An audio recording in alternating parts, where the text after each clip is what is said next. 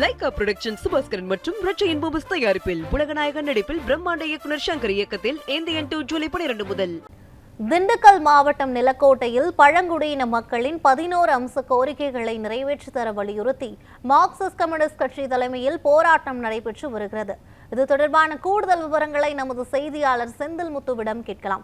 செந்தில்முத்து, வணக்கம். பழங்குடியின மக்களின் 11 அம்ச கோரிக்கைகளை நிறைவேற்ற வலியுறுத்தி போராட்டமானது நடந்து வருகிறது. இது பற்றிய மேலும் விவரங்களை பதிவு பண்ணுங்க. வணக்கம் யுவராணி. திண்டுக்கல் மாவட்டம் நிலக்கோட்டை பேரூராட்சிக்கு உட்பட்ட வார்டுகளில் 11வது வார்டில் இருக்கும் என் புதுப்பட்டியை சேர்ந்த பழங்குடியின மக்கள் தற்போது காலை 3 மணி நேரத்திற்கு மேலாக தொடர்ந்து போராட்டத்தில் ஈடுபட்டு வருகின்றனர். கடந்த 30 ஆண்டுகளுக்கு மேலாக தங்களது பகுதிக்கு அடிப்படை வசதிகள் ஏதும் செய்து தராமல் பேரூராட்சி நிர்வாகம் தொடர் வஞ்சிப்பில் ஈடுபட்டு வருவதாகவும் அதோடு மட்டுமல்லாமல் சுமார் 11 அம்ச கோரிக்கைகளை வலியுறுத்தி மார்க்சிஸ்ட் கம்யூனிஸ்ட் கட்சியின் மாவட்ட செயலாளர் செல்வராஜ் தலைமையில் தொடர்ந்து போராட்டத்தில் ஈடுபட்டு வருகின்றனர்.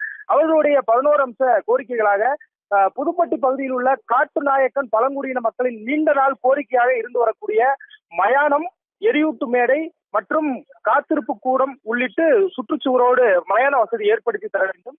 பழங்குடியின மாணவர்களுக்கு பிரத்யேகமாக புதுப்பட்டியிலேயே உண்டு உறைவிட பள்ளியை அமைத்து தர வேண்டும். கேரள பகுதியில் வசிக்கக்கூடிய பழங்குடியின மக்களுக்கு கேரள அரசு 10 லட்சம் ரூபாய் மதிப்பீட்டில் அமைத்து தரும் தொகுப்பு வீடுகளை போன்று எங்கும் அமைத்து தர வேண்டும். புதுப்பட்டியில் குடிநீர் பிரச்சனையை உடனடியாக தீர்க்க வேண்டும். தெருவிளக்குகளை உடனடியாக அமைத்து தர வேண்டும் உள்ளிட்ட 11 அம்ச கோரிக்கைகளை வலியுறுத்தி அவர்கள் போராட்டத்தில் ஈடுபட்டு வருகின்றனர். ஆண்டிற்கு சுமார் 30 லட்சம் ரூபாய் வரை தங்களது பகுதியில் இருந்து மட்டும் வரியாக செலுத்துவதாகவும், பேரூராட்சி நிர்வாகம் மற்ற வார்டுகளுக்கு செய்வதை போன்று தங்களது பகுதிக்கு ஏதும் செய்யாமல் தொடர் வஞ்சிப்பில் ஈடுபட்டு வருவதாகவும் கூறுகின்றனர்.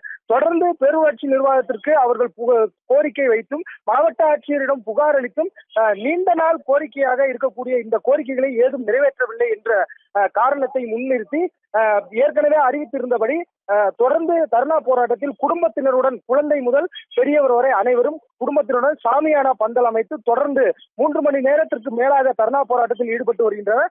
மாவட்ட அதிகாரிகள் நேரில் வந்து பேச்சுவார்த்தை நடத்தி இந்த அடிப்படை பிரச்சனைகளுக்கு தீர்வு காணுவதற்கு உறுதியளித்தால் மட்டுமே இந்த போராட்டத்தை கைவிடுவதாக மார்க்சிஸ்ட் கம்யூனிஸ்ட் கட்சியின் தலைமையில் இந்த போராட்டத்தில் ஈடுபட்டு வருகின்றனர். யுவராணி, விவரங்களுக்கு நன்றி செந்தில்முத்து.